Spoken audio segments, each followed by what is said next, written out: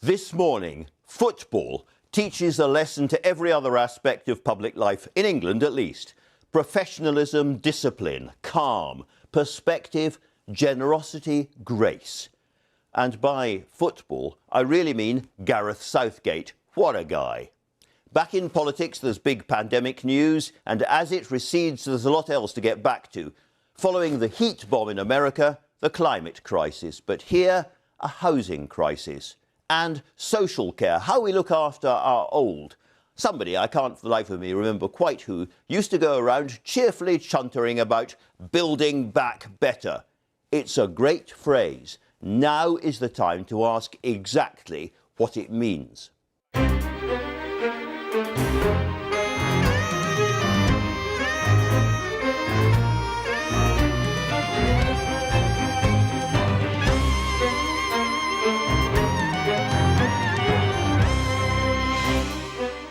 So, our housing crisis, all those buildings around Britain which are still fire traps, all those people with bills they just can't pay. I'll be talking to the man in charge, the Housing Secretary, Robert Jenrick. And as the Cabinet wrestles with whether taxes need to go up to pay for social care, I'm joined for the Labour view on the post-Brexit economy by Rachel Reeves in her new role as Shadow Chancellor. Lots of cheerful news in the papers this morning about an end to pandemic restrictions. Truth is, with infections shooting up and hospitalisations moving up as well, we are taking a big, calculated national risk. Stephen Powis, Medical Director of NHS England, will be joining me live. Reviewing the news and the football and the tennis and more, we have Alex Forsyth, who covers politics outside Westminster for the BBC, and Anushka Asthana of The Guardian. Should be an interesting morning. Let's kick off with the news headlines and Roger Johnson. Andrew, thank you very much. Good morning. England's footballers are heading to their first semi-final at the European Championships for 25 years after a decisive 4-0 win over Ukraine in Rome last night. Gareth Southgate's side will now head home to Wembley to face Denmark in the last four on Wednesday. Our sports correspondent Natalie Perks rounds up all the action from the Italian capital. My head is telling me to calm down, but my heart is getting carried away, and long may that continue. What's that feeling, England fans? Optimism or just pure, unbridled joy? Either way, it feels good to be in the semis of the Euros for the first time since '96. It's fabulous. I suppose it's still sinking in a bit. You know, we're in another semi-final. It's 3 in 3 years. But uppermost in my mind again, we've obviously want to go the steps further. We're looking confident out there, so hopefully we can continue that. The job ain't done yet. We've got a lot more football to play, but like I said, we're on the right track. This was England's first match away from the comfort blanket of Wembley. Slab head for his heading ability. Maguire cemented England's lead. The pressure. On their way! England on their way! That was 2 goals inside 4 minutes, but the fans who'd come from all over Europe of the night. It wrapped up a victory that in truth was never in doubt. We don't stop here, we've got another big game coming up and we want to go further this time than we did at the World Cup. So, no, of course, it's a great feeling to win here and the way that we've done it as well shows the big progress that we're making as a country. So, no, long may the improvement continue. England-based fans couldn't come to Rome, but now football is coming home with 60,000 fans at Wembley on Wednesday. Natalie Perks, BBC News, Rome. In other news this morning, the Health Secretary, Sajid Javid, says there is a compelling case that easing COVID restrictions will improve the country's health. Writing in the Mail on Sunday today, Mr Javid, who took over from Matt Hancock a week ago, said England remains on track for a relaxation of the rules on July the 19th. Retail bosses are calling on the government to take action against violence and abuse aimed at shop staff. This security footage was released by Boots Pharmacy to highlight the problems workers face. Some of the UK's biggest brands are campaigning for greater legal protection for employees. The government said that courts should be increasing sentences for such assaults. And there was an A-star performance from Britain's newest star at Wimbledon yesterday. 18-year-old Emma Raducanu, fresh from finishing her A-levels, has announced herself on the big stage by reaching the 4th round of the ladies' singles. Well done to her. That's it from me. The next news on BBC One is at 1 o'clock. Andrew, back to you. Very many thanks, and the front page is fairly predictable, I have to say, today. There's the Sunday Mirror, Lions roar in Rome, semi-gods they're calling. Exactly the same headline for the second week running, I think, that the Sun on Sunday has, semi-gods. The Sunday people are slightly different. We conquered, with Denmark coming, of course, next week. There'll be lots of people dusting down their Hamlet references, Prince of Denmark and all of that. The Observer, rather boldly, has not put football on the front, but Raducanu, that wonderful young tennis player, through to the 3rd round. And an interesting story we'll be following up with Rachel Reeves later on. Keir Starmer, it says, takes on the Tories with a buy-British economic plan. It's a very different change of tone, a slight sort of British optimism there from the Labour Party. We'll talk about that. And then the Mail on Sunday has done the football and the tennis, but they really have the most important political story, I think, of the morning, which is Sajid Javid's piece, very, very strongly tilting towards the end of all restrictions on health grounds as well as economic grounds. We'll talk about that as well. The Sunday Times has an interesting story. We've been following this for a long time, a potential U-turn on the foreign aid cuts. Boris Johnson under a lot of pressure in the House of Commons, and Emma Raducanu as well on the front page of the Sunday Times. And then finally, the Sunday Telegraph there, Lions roar off to Wembley, and they are, as it were, quoting off the record Boris Johnson, saying that all the laws, including the need to wear masks, stopping you being able to go to a pub and stand at the bar and order a pint, all of those things are going to go because the NHS is now safe. So an awful lot to talk about. Can we start off, perhaps, Anushka, talking about the football? Because I know that you're an enthusiast and a fan, and most of the country, most of the audience watching this programme have got probably a slight throb in the temples this morning. Tell us about the coverage. Yeah, definitely got a slight throb in the temples, and I am very much an enthusiast, but I'm certainly not here for my football expertise, but I will give it a go. I mean, didn't Gareth Southgate prove the naysayers wrong? There were definitely people earlier in this tournament sitting at home suggesting they could do a better job than him. I don't think anybody is saying that now. Yeah. As you can imagine, amazing coverage across the papers. I've got the Sun here, pages 2 and 3, with Kane tames cranes. Bring on the Danes, which is very good. I like the Mirror yesterday. Yes, we Kane. I have had a little look back through some of the older headlines this morning, you know, those saying Southgate was being too defensive and that he should drop Harry Kane. I think letting in no goals in the whole tournament and then winning last night 4-0 is a pretty good response to that. An amazing performance. It got a little wobbly at halftime. I do wonder what he said to the boys in the changing rooms. But there is a little quote in here I did want to read to you before we all get too excited and say we've won the tournament. Harry Maguire, who of course also scored a goal, suggesting we should calm down a little bit. He says it's a great feeling, back-to-back semis. I don't want to be a party pooper, but we do have another big game. He's very, very calm. I don't normally look at Twitter very much or read out tweets, but Madeleine Brettingham has a great one this morning. She says, Gareth Southgate is the ultimate middle-aged crush. I just want him to drive me to a colonoscopy appointment, then sit outside eating a Scotch egg in dignified silence, which is a brilliant tweet and sums up an awful lot. But we must not forget the tennis, must we? Oh my goodness, the tennis. I mean, that was so exciting. Emma Raducanu, just 18 years old. And I love this spread in the Mail on Sunday because it sort of sums it up. A-level Emma puts in a spotless performance and then says, I'm off to do the laundry because, bless her, she did not pack enough kits to go into the second week. Her parents thought she'd actually already packed too many, and you can't really blame them. The last time that a woman of her age in the UK got to this stage, it was Christine Truman, and it was over 6 decades ago. So what an absolutely amazing day for sport. Quite a moment. Thanks for the moment very much, Anushka.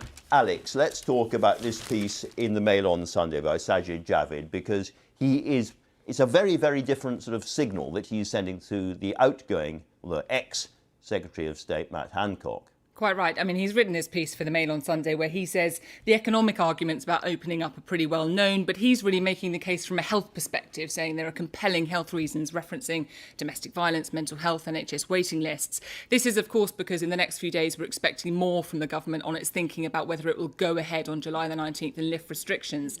And this is particularly interesting for two reasons. The first, you say, is that shift, really, from Matt Hancock, the former health secretary, who was known for being quite hardline when it came to restrictions, making the health argument. And the second is that we've heard this argument that it's the economy versus health before when it's come to discussing lockdown restrictions. And Sajid Javid is shifting that and arguing the health case for it. We thought when he came in that the balance of power, as it were, the balance of opinion in the cabinet was going to be moved more towards opening up as quickly as possible. And that certainly seems to be the case. Yeah, his thinking on this is abundantly clear. And that will please Conservative backbenchers, of course, who've been pushing for this. I think we can show, I mentioned one tweet. Here is Mark Harper of the COVID recovery group of, as it were, anti-lockdown Tory MPs tweeting this morning. That's right. Very much welcoming the direction of travel. Welcome, he says to Sajid Javid. You're joining our group. Yes. This is it. But it is worth saying that we have had some alarm bells. So the British Medical Association only yesterday warning about the cases really going up, being alarming. And in Scotland in particular, that is being picked out as somewhere where there has been a real surge. So while the message from government seems to be we're pressing ahead with July the 19th, there isn't a sort of acceptance across the board that necessarily all the restrictions should be lifted. And it's worth noting government saying there are no final decisions yet on things like masks. And, we'll hear more on social distancing later this week because those decisions are yet to be taken. And, of course, this still remains a pretty difficult balancing act. Just before I talk to Anushka about Keir Starmer and a change in Labour policy, let me ask you very briefly about Batley and Spen, because I know you were covering that. What do you think is the sort of political outcome that's most important for Labour holding that seat? Well, by-elections can come and go, as we all know, and sometimes a lot can be put on them. But the key for this was about Keir Starmer's future. Had Keir Starmer not held that seat, then we would now be embroiled in discussions about Labour leadership and direction and whether he can retain that job. And what this has done and why this is so important is brought him some much-needed breathing space. It has quietened his critics, although it's worth saying I don't think it's silenced them altogether. And it's also worth noting that in Batley, because I spent a lot of time there were some very specific local factors in that campaign, very specific things at play, and which Kim might have contributed to that result. Kim Leadbeater, I think by a lot of people accounts on the ground, ran a very strong campaign, which did play a part, I think, in her victory. Anushka, a really interesting piece on the front page of The Observer, your sister paper today, about a change in policy, a buy British, make British Labour Party policy, the Union Jack slapped across their economic policy, which will surprise and perhaps worry some people in the Labour Party. Well, as Alex said, it doesn't need much of a win. A short win will do it. It changes the narrative, and the narrative has been changed. So Labour can come forward with policy. And we're getting this from Rachel Reeves, who you'll be speaking to today, which, as you say, it has echoes of some messaging of the past around Buy British. She essentially wants to change clauses within public sector contracts to make it easier for British firms to do well. I thought it was quite interesting that, while you're right, it's been briefed to all the papers and it's there on the front page of The Observer, the one place that she did an interview on it was the Sunday Telegraph, and the Sunday Telegraph then framed it as how different it was to when John McDonnell was Shadow Chancellor. Now, that's obviously a deliberate decision, that they do want to be reaching out to a different audience. An interview with the Sunday Telegraph is not trying to speak to the left of the Labour Party. But I think what she would argue, although we will hear when we hear it later, is that within this, there are things that would perhaps appeal to the left. So, for example, one of the ways she's talking about trying to do this is by setting higher environmental and labour standards so that, for example, Chinese companies can't undercut British companies. But as you say, with that comparison in the Telegraph, it is going to be something that could be a bit uncomfortable for some in the party. A really interesting shift of direction. Alex, so many other stories to talk about. Can we talk about very briefly about cladding, because I've got Robert Jenrick on the show. And there's big campaigns in all the papers for quite a long time about this. Yeah, and the story that the Telegraph go with is this idea that homeowners are going to be given more time to sue developers or builders if workmanship isn't up to scratch. This is part of the Building Safety Bill, which is going to be back in Parliament in coming days. And this is going to be a point of contention, as have so many aspects of the government's response to the Grenfell Tower tragedy. 4 years on now, isn't it? Pressure from Labour, pressure from Conservative backbenchers about whether the government's doing enough to make sure that people live in these flats feel safe and have the work done, not at great personal expense. It's worth noting there's an awful lot of political pressure on this, but let's not forget the human cost too. Alex, thanks very much indeed. And in terms of the human cost, Anushka, we talk about climate crisis on and off, but what's happened in Canada and the United States is really unprecedented this week, isn't it? Yeah, there's a good spread here in The Observer about it, a devastating heat wave. I mean, they've picked out one place, Lytton in British Columbia, where normally they would have temperate climates, and it has hit 49.6 degrees. You know, you're reading about people putting up foil on their windows as they huddle inside.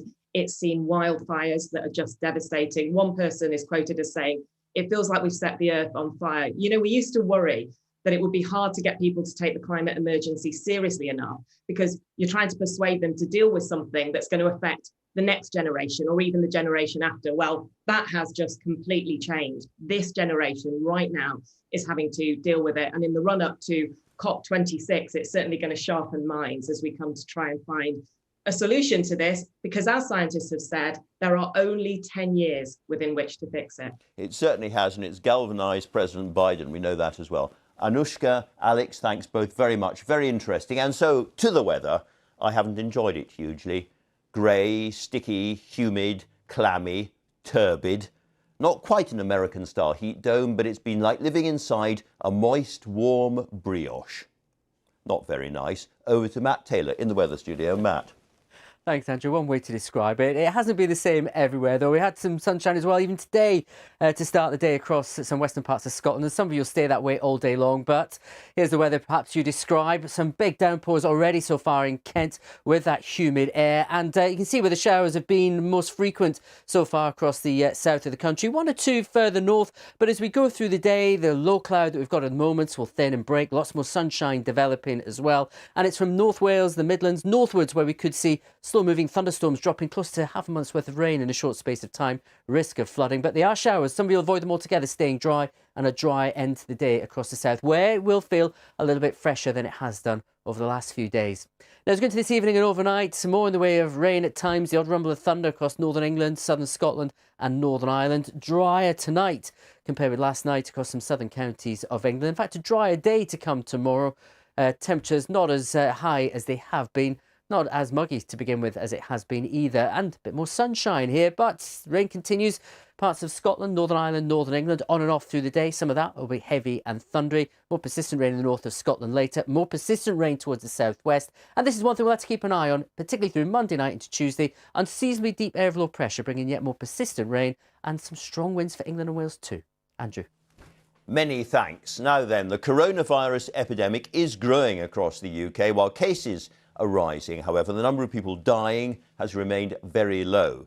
But the number of people being hospitalised is beginning to creep up again. There's now over 1,800 patients in hospital. And in 2 weeks' time, the government wants to end most and potentially all COVID restrictions. My first guest this morning is known within the NHS as England's top doctor. Stephen Powis's proper title is Medical Director for NHS England. Welcome.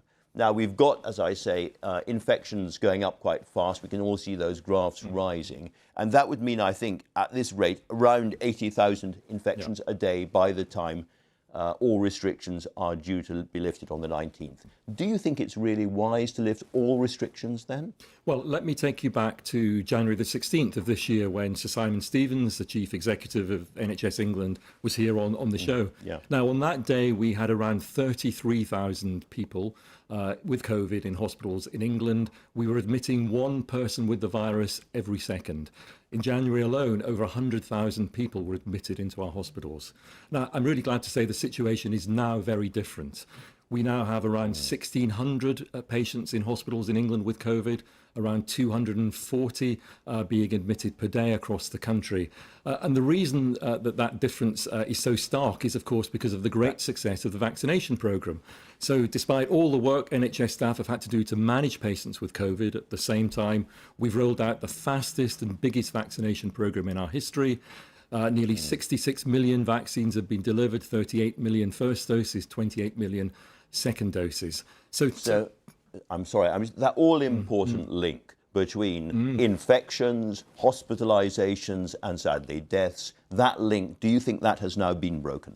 Well, Public Health England, of course, are monitoring the data very carefully, and they are reporting that the vaccines give over 90% protection against severe disease, in other words, hospitalisation. So the link is not totally broken. There are people in hospital with who've been vaccinated, but it's severely weakened. So, of course, the key aim now is to get as many people vaccinated before July the 19th.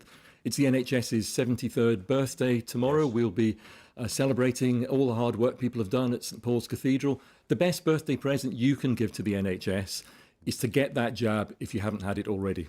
That's very interesting. So we're going to go into this slightly strange new period where there's large amounts of infections being reported and passing around the community, but not large numbers of hospitalisations, and an end to masks and an end to all of those things.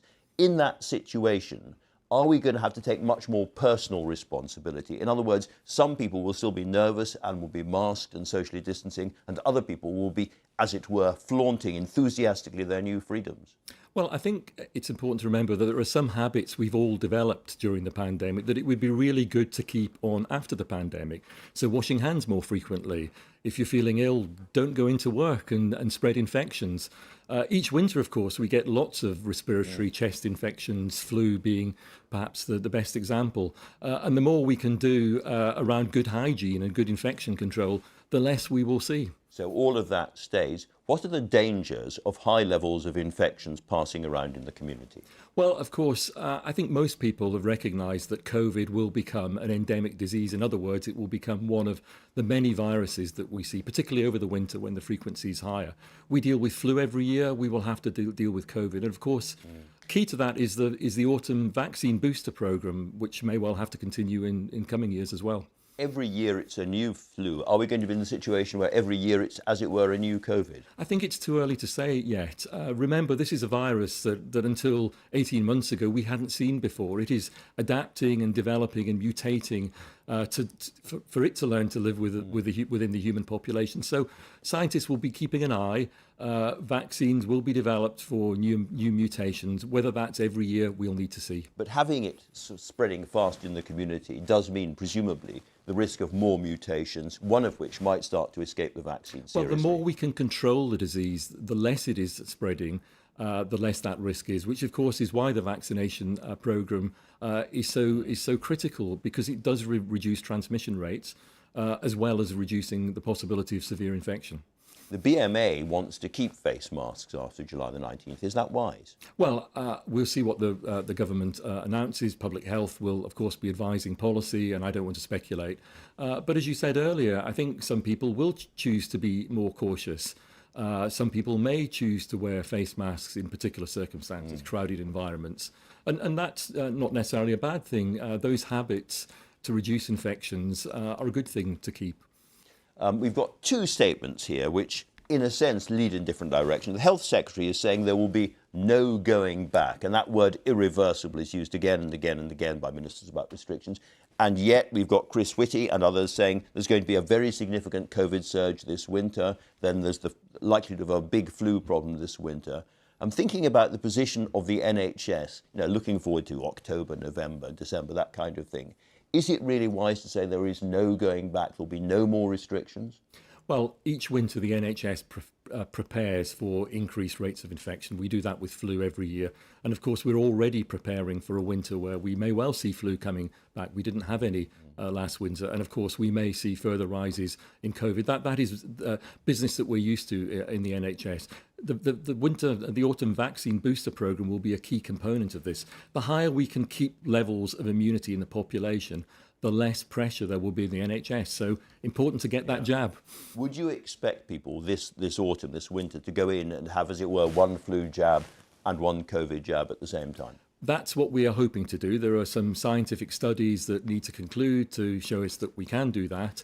JCVI, the independent body that recommends the government vaccine policy, gave interim guidance a few days ago. There'll be final guidance, I think, coming later in the summer. But I think administering both vaccines at once will be more efficient for us. It will allow us to get flu vaccine uptake as high as possible too. So that's what I'm hoping. There's an interesting conversation going out about whether NHS staff should have compulsory vaccinations given their work. What's your view? Well, my view has always been that it is a responsibility for staff who deal with vulnerable people, i.e. patients, should be vaccinated. That, for instance, is in the General Medical Council's Code of Practice for doctors. I think it's a professional responsibility. Obviously, the government is going to consult on whether it should be mandated, but my view is that staff should go ahead and get vaccinated. But should it be mandatory? That's the question. Well, I think I want to see what the consultation brings. I think it is already professionally mandated in the guidance that doctors and others have. Let's talk about long COVID, because this is still quite mysterious, and there are various figures flying around. The React2 government survey suggests perhaps 2 million people in this country have long COVID. Can we start about asking, from your perspective, what are the symptoms of long COVID? What are you seeing? Well, I think the first thing to say is this is a new condition, and we're learning about it all the time, and we will continue to learn.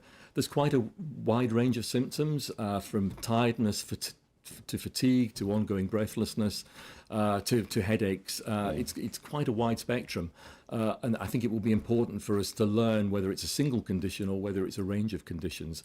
We have set up 89 COVID clinics across the country to help manage demand. We think that might be about 350,000 people at the moment, but that's continuing to evolve. We put £100 million into the long COVID service with an additional 30 million to GPs to help with rehabilitation, which will be a key part of this. But we continue to learn. It's a new virus, remember. Of course. Do children get long COVID, even if they haven't had, as it were, conventional COVID symptoms themselves? Yes, so some children can get symptoms that persist beyond the infection, and that's why we are, in addition to those 89 clinics, putting in a number of paediatrics, so children's hubs for long COVID across the country, so that there's a service for young people too. Is the NHS prepared, if asked to vaccinate children? Well, yes, the NHS is prepared to vaccinate children. Of course, that is a decision for government based on guidance from JCVI. And of course, we vaccinate children against flu each autumn, so it's something that we're well used to doing. Why are you 25% more likely to die of COVID if you live in Greater Manchester? Well, so I think the health inequalities that have been once again exposed through COVID is really, really important.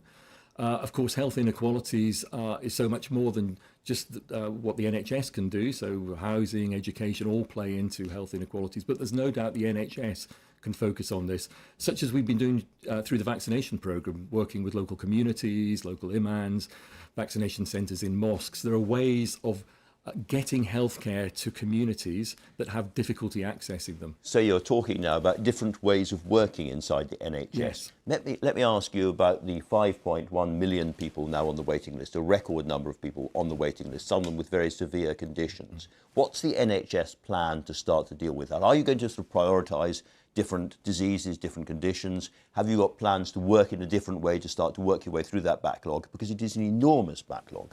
Yes, of course. And NHS staff have been working tirelessly over the last year to ensure that we keep all those services going. But they've inevitably been disrupted with 400,000 COVID patients. We are starting to make inroads into the backlog. We're ahead of where we thought we would be in April. We're looking at many new innovative ways, not only of working, but of technology. We're investing in robotic surgery, for instance, in Milton Keynes and Coventry.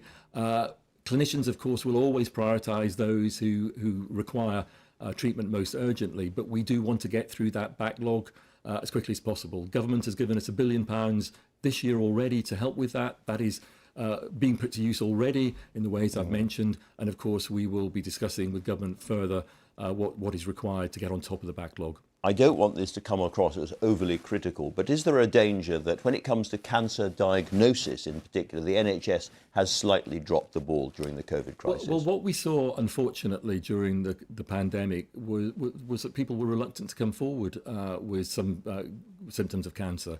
Fortunately, we are now seeing people coming forward, and referral rates are back. In fact, they're back to above what we saw before the pandemic.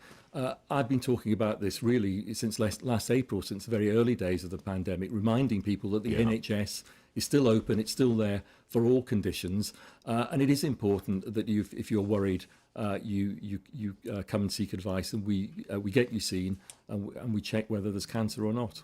Because there was an all-parliamentary report, you may remember, into this, published in May, and that said, and I quote, "It feels like the government and NHS leadership are not accepting that there's a crisis."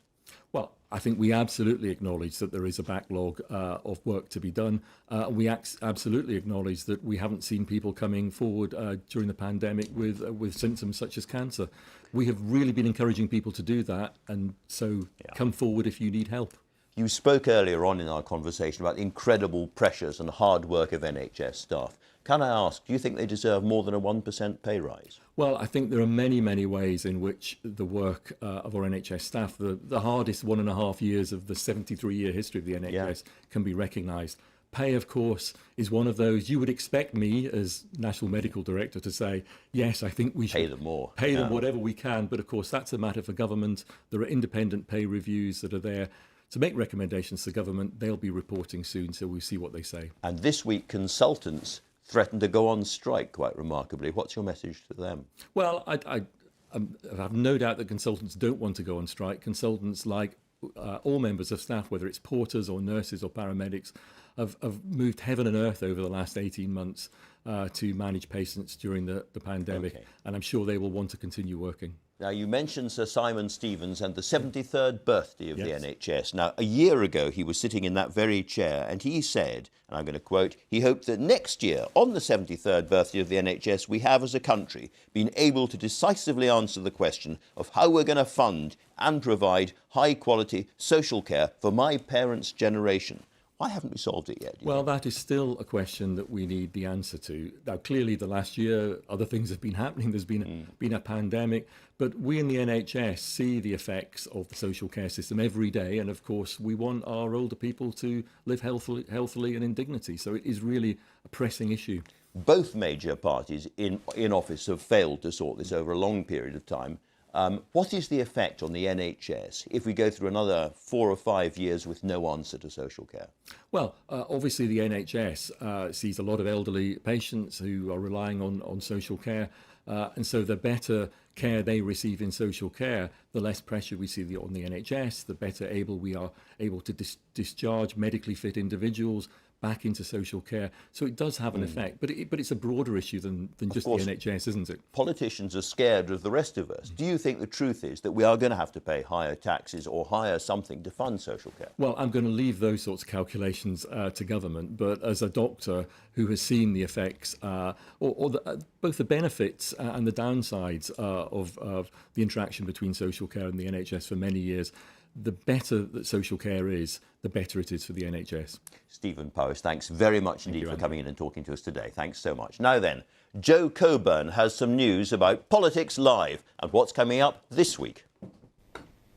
Join me on BBC Two tomorrow and during the rest of Wimbledon fortnight at the earlier time of 9:15 on Mondays, Tuesdays and Thursdays. We'll be at the usual time for PMQs on Wednesday. That's Politics Live on BBC Two tomorrow at 9:15.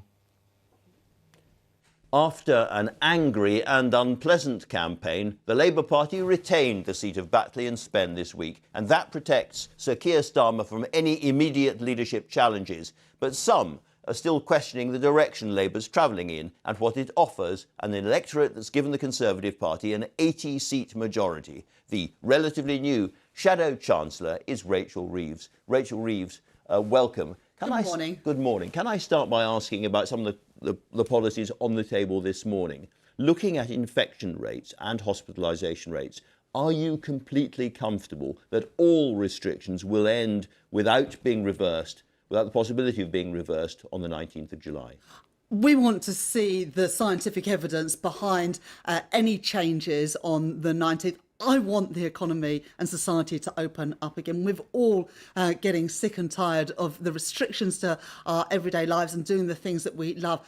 But it is important that if the QR codes are going to stop, if the masks are going to come off, that we are absolutely confident that that is the right thing to do. And at the moment, all we're hearing is briefings from ministers rather than the science behind it. We need to see that science, Andrew. But it has to be a sort of calculated political gamble in the sense that nobody knows quite what's going to happen. Do you think we're going to get through the winter without any restrictions at all? Obviously, that is what everybody wants. But look, of course, in the end, politicians are going to have to make decisions, but they've got to be based on the science. And what we've seen over the weekend is briefing by politicians on what they would like to happen rather than the data. And I've always said, and Keir has always said, it's got to be driven by the data. We've got to make decisions based on the evidence. And instead of briefing to newspapers, I would like the government to present the evidence on which it is making its really, really important decisions. All right. Well, talking about big political decisions, you may have heard me talking to Stephen Powis about social care. The Cabinet is having a really intense discussion about whether or not we're going to have to pay higher taxes to fund a proper, decent social care system in this country. What's your view on taxes? Should we pay for social care? I want to see a publicly funded, needs-based social care system. And as Stephen Powis said to you, the better state that social care is, the better for our National Health Service. And we are willing to have those difficult conversations about how we pay for those things. I've been in my job for 2 months. It is high up on my list of things that have got to be sorted and explained ahead of the next election. But the Prime Minister has been in his job for 2 years. And on the steps of Downing Street, when he became Prime Minister, he said that we have a plan for social care that is already prepared. Well, so, where is it, Andrew? Because it is letting down the people of this country. People in social care have been so badly treated by this government the last year and a half. They've been treated badly, if I may say so. They are owed something better than what this government are delivering today. They've been treated badly by this government and by previous governments. Do you know when was the first promise of a properly funded social care system made in this country? Do you know that? Well, I do know, Andrew, that when Andy Burnham was Health Secretary ahead of the 2010 election, he set up cross-party talks, which the Conservatives walked out of. That was a big mistake, and they have never restarted. All right. Okay. No, Andrew, they have never restarted in the 11 years since the Conservatives had took office. And that shows, I think, the neglect and the failure under this Conservative government, and we are paying the price today for that failure. Rachel Reeves, you say this Conservative government, but the original problem goes back much further, even than Andy Burnham. 1997, a new Labour government, Tony Blair, tells the party conference that he doesn't want to live in a country where the only way pensioners can get long-term care is by selling their home. We then had many years of Labour government. We had 5 independent commissions into social care reform, and absolutely nothing happened. And we were making progress. It's a failure of Labour, and it's a failure of the Conservatives. And in 2010, we were making progress on a cross-party basis, and the Tories walked out on it. Boris Johnson has now been Prime Minister for 2 years, and under his watch, we have seen deaths that didn't need to happen in social care because they did not put a protective ring around it. People came out of hospitals and into our care homes, and they paid with their lives, the most vulnerable people in society. The Prime Minister, if he's got a plan, we need to see it. It needs to be implemented because people are being let down. And we all know it from our own families. And it's got to change. Over the last 11 years, we would have entered into cross-party talks if the government had set them up. They have failed to do that. They've failed to offer a solution. Under Jeremy Corbyn, the Labour Party did have a policy for a national social care service. Are you brave enough to say that taxes may have to rise to protect our oldest citizens?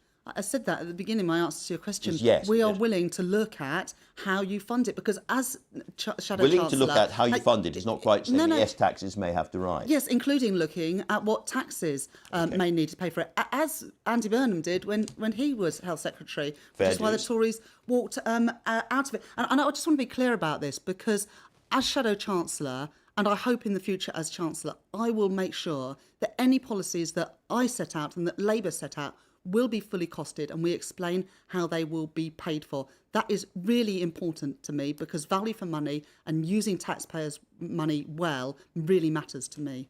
And you have huge decisions to take about fairness, not just in different social classes, but intergenerationally. Do you think the triple lock on pensions should now be scrapped?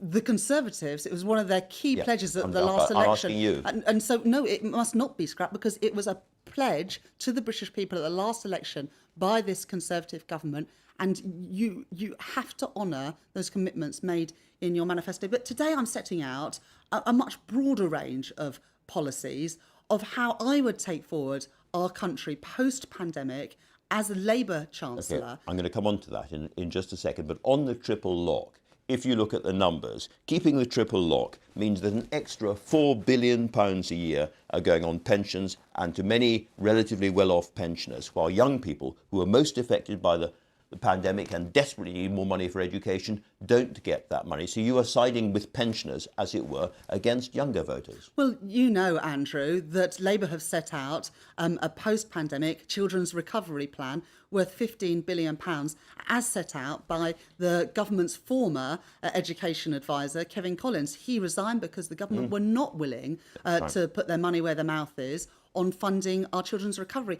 And this makes economic sense because you can't have an economic strategy without a strategy for our young people and skills and education. And the Institute for Fiscal Studies have said that the costs of not investing in this catch-up are £450 billion. I think £15 billion on getting our children back up where they need to be, both academically, socially, etc., is incredibly important. And that is funding that the Labour Party would make. Now, there's a very, very interesting policy that you've been briefing this morning about making public bodies of all kinds spend more on British-sourced goods, buying British, which in many cases will mean spending a bit more to protect the jobs and the businesses from whom they're buying, which is a perfectly reasonable policy from that point of view, but it does mean higher costs for consumers, doesn't it? No, it doesn't actually, Andrew, have to mean that, because at the moment we're not taking into account the whole social value and social impact of different bids. So if you've got two bids on the table for public procurement, whether it's in HS2 or Trident submarines or offshore wind, one of them is creating jobs in this country, high-paid, high-skilled jobs that will result in people paying higher taxes into the exchequer. We give no extra weight to that bid compared to one that creates no jobs, no value in this country. If we're making these big sorts of strategic investments, as we are in offshore wind and HS2, it makes economic sense as well as common sense to ensure that we are creating good quality, good skilled jobs and apprenticeships here in this country. And at the moment, despite having the powers to do this, our government doesn't take into account these things at all. And that makes no sense. And I would change that as Chancellor. Is this a Brexit dividend? Is this the Labour Party saying, do you know what, there are advantages to Brexit? Look, some of these things we could have done inside the European Union and under WTO rules we could as well. France do it. France see this as strategically important to them, and so in their procurement they take into account the impact on jobs and businesses in France. So we could have done a lot of this stuff within the European Union, but outside the EU, Andrew, we have got no excuses. We set our own rules, we can do our things our own way, and we've got to use those newfound freedoms to support British industry and British jobs, and that's what I would do as Chancellor. Some people in your party will be quite queasy about this. They will see it slapping a Union Jack on public procurement, and it goes back a little bit to Gordon Brown's short-lived British Jobs for British Workers initiative, and they won't quite like the tone. I don't think it does do that, because this is actually about the essence of what Labour is for, because it is about ensuring that there are good quality jobs, paying a wage that you can bring a family up on in all parts of the country, and it's also about embedding into public procurement high labour standards, worker standards and environmental standards as well. That is what Labour is for, and that is what I would do as a Labour Chancellor. Rachel Reeves, thanks very much indeed for coming in and talking to me. Now a look at what's coming up on BBC One at 10:30.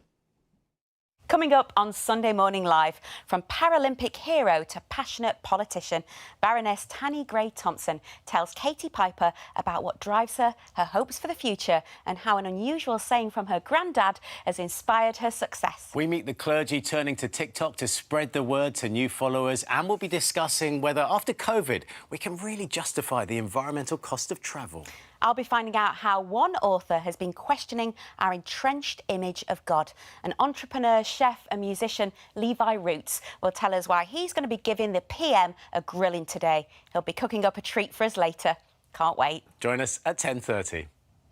Very interesting. Now, in the aftermath of the Grenfell Tower fire in 2017, the then Prime Minister, Theresa May, told the country, and I quote, "We cannot and will not ask people to live in unsafe homes." Earlier this year, the current Prime Minister, Boris Johnson, told the Commons that no leaseholder should have to pay for unaffordable costs of fixing safety defects they didn't cause and are no fault of their own. More than 4 years on from that tragic fire, Is the government fulfilling those solemn promises? The Housing Secretary, Robert Jenrick, is with me. Welcome, Mr. Jenrick. Good morning. Before we turn to that, can I ask you, given the level of infections now and likely to rise over the next few weeks, are you completely confident that all restrictions are going to end on July the 19th?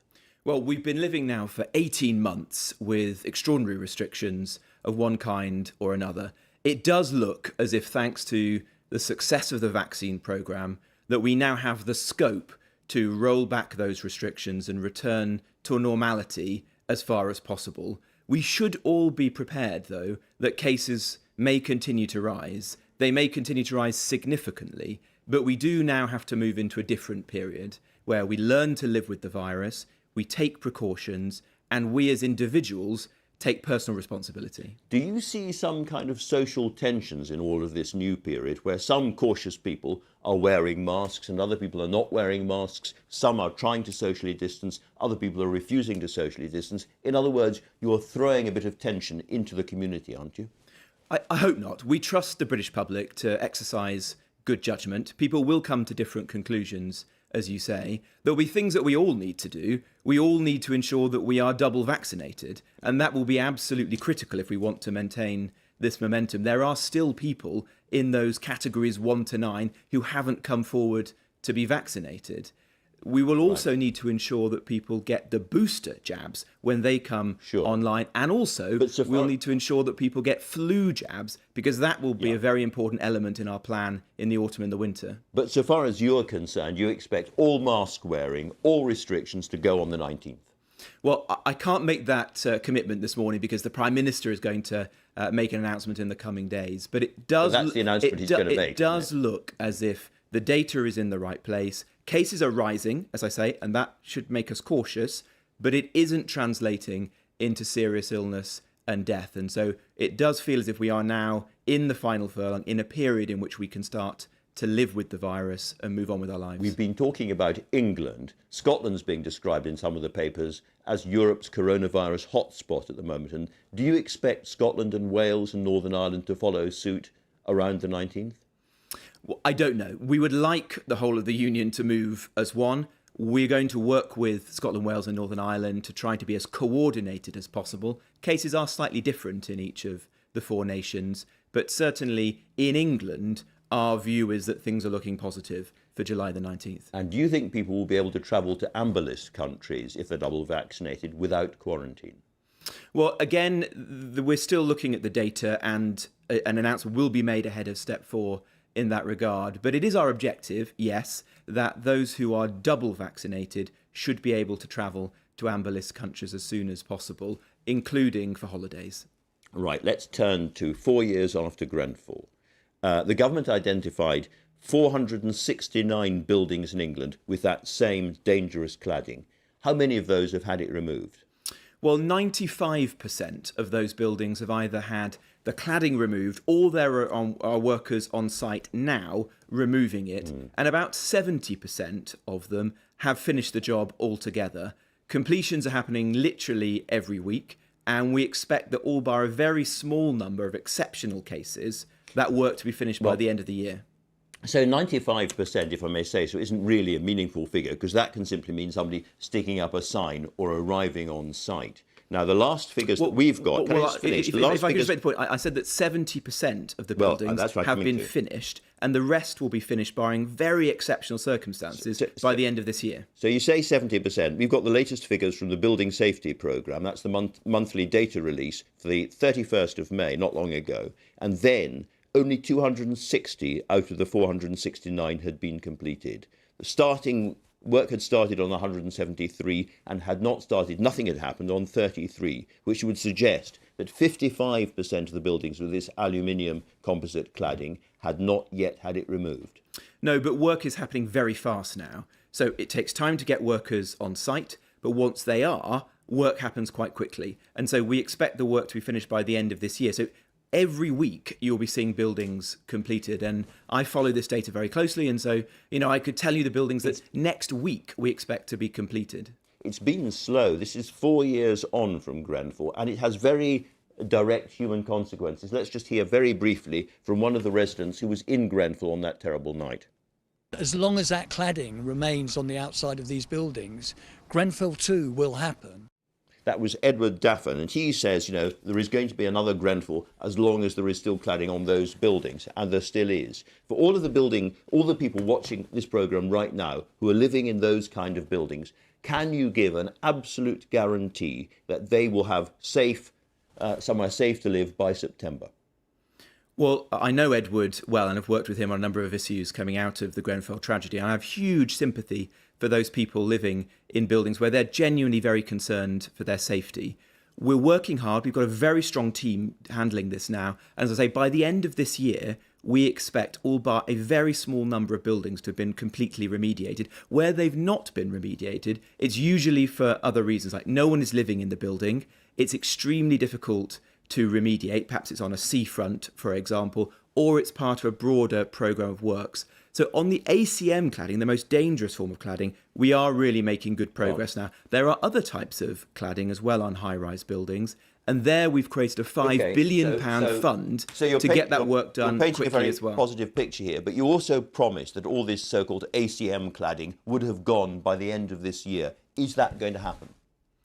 I expect all the ACM cladding will be off buildings by the end of this year, as I say, barring a very small number of buildings, and there are exceptional reasons for those. So, barring a small number of buildings, so the answer is no, isn't it? It won't all be off. No, there will be buildings with ACM. Well, it's a bit more complicated than you're portraying it, Andrew, yes or no, really. Because actually some of the buildings which have ACM cladding were only discovered in the last year or so. So the buildings which we've known for some time, yes, absolutely. There are some buildings we've discovered more recently. They'll take a little bit longer. I'm just asking you about things you yourself have said. Let me talk about one particular building, because this is all about individual buildings, and progress does seem to a lot of people to have been very slow. This is North Point Tower in Bromley, which is one of the first to be approved for funding for recladding, and that was back in, I think, December 2019. So far, not a single pound, not a bean, not a peseta, nothing has gone to that building. They've been offered money, they've gone through the process, no money has come. After so long, why? Well, I know that building well, and I've worked with the residents there. There are some complications on that particular building, but again, that is within the programme. We are fully funding the remediation of the dangerous cladding on that building. The residents are working with us to work through some of the associated costs that are going to be incurred. But I expect that building will also have the remediation done by the end of this year. Those residents have huge insurance premiums as a result of this, and they're having to pay day after day, week by week, for waking watch fire patrols all the time. Why should they have to pay for it? They shouldn't. They shouldn't have to pay. So who's going to pay? Are you going to pay them for it? Well, the Exchequer, the taxpayer, is now paying more than £5 billion. That's a very large sum of money to try to help those leaseholders.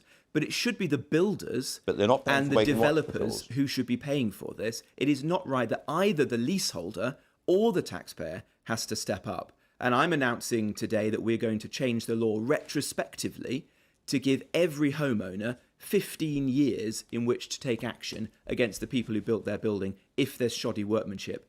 I wish we hadn't reached this point. I wish more developers had paid up. Well, let me ask you about that. So people who are in buildings which are unsafe but are 20 years old get no help at all? Well, this is a huge step forward.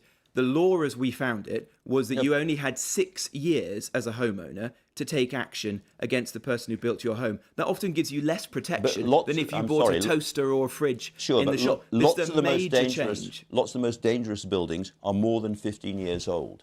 Not many are, actually. Most of the cladded buildings that we're talking about here were built in the period from 2000 to 2017 when we had the Grenfell tragedy. So not all, I appreciate, but many, the lion's share of the buildings that are facing this particular issue will now be helped by this quite unusual change in the law. So 2 questions. 1, why should those people not be treated fairly? But also 2, all this does is it allows groups of leaseholders, tenants, to get together and take a legal case against a very, very powerful, well-funded, well-lawyered development company. Now, that is not a level playing field. It can take years and years and years for these legal cases to come, and it's going to be very, very expensive for them. So it sounds much, much better than it is.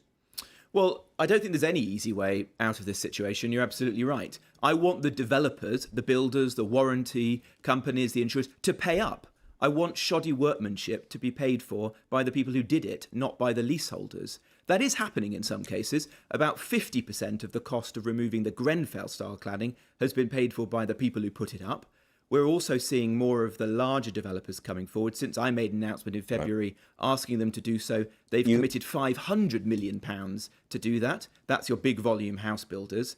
This new change in the law, I think, does put new cards in the hands of the leaseholders so they can take action. The trouble is that an awful lot of this is just for the cladding. All the other safety defects around fire, which have been uncovered in the course of the investigations, are not covered. I mentioned North Point Tower. Let me ask you about another building, which is Metis Tower, and that's in Sheffield. The Metis building, it's got 14 stories there and 113 flats. They were accepted into the fund, but only granted £6 million of the £12 million it's going to cost to make that tower safe. Now, that means that every leaseholder in that tower is facing an average bill of £50,000, which many of them simply can't pay. Is that fair? Well, what we've done is focus taxpayers' money, £5 billion, with expert advice on the material that is most dangerous and the type of building that's highest risk. So high-rise buildings with cladding. I think that's the right thing to do. Well, that's what all the experts advise us on. I would just make a more general point, Andrew, if I may. I want to stay on Metis for a second. If I could just make this point, we do have to remember that most buildings in this country, including high-rise buildings, are fundamentally safe. And I don't want to see leaseholders being met with very high bills for works which may prove to be unnecessary. At the moment in the market, we're seeing what's been described by our expert advisor, Dame Judith Hackett, as extreme risk aversion. There is statistically a lower risk of fatality in a flat than in a house or a bungalow. So we've got to ensure that leaseholders are not being stung for bills for things that simply don't need to happen. And one of the big challenges for us as a government now is to instill proportionality into this debate. Well, I mean, I've talked to people who've looked into this in great detail, who think that almost all of those higher buildings are still unsafe. And this is a national... Well, that's, Andrew, that's not what our expert advisors say. Let me give you the statistics. Let me give you the statistics. Last year, let me give you a only point. 3 people, mercifully, died in fires in high-rise buildings in this country. You have a much greater chance of dying in a house or a bungalow than you do in an apartment. And so we've got to be careful that we instill proportionality, because at the end of the day, it's only the homeowner who will miss out, because they'll end up having to pay the sorts of bills you've just described. Well, meanwhile, leaseholders, for absolutely no fault of their own, who've bought a property in good faith, are stung with bills they simply can't pay. I talked about the Metis building in Sheffield. Let's hear from one of the people who is living in that building right now. To be at work, to receive that, and then to spend the entire rest of my afternoon just dwelling on that and thinking about, where am I going to get that money from now then? How am I going to fix that problem? What am I going to do about that? It's just miserable. This situation is absolutely miserable.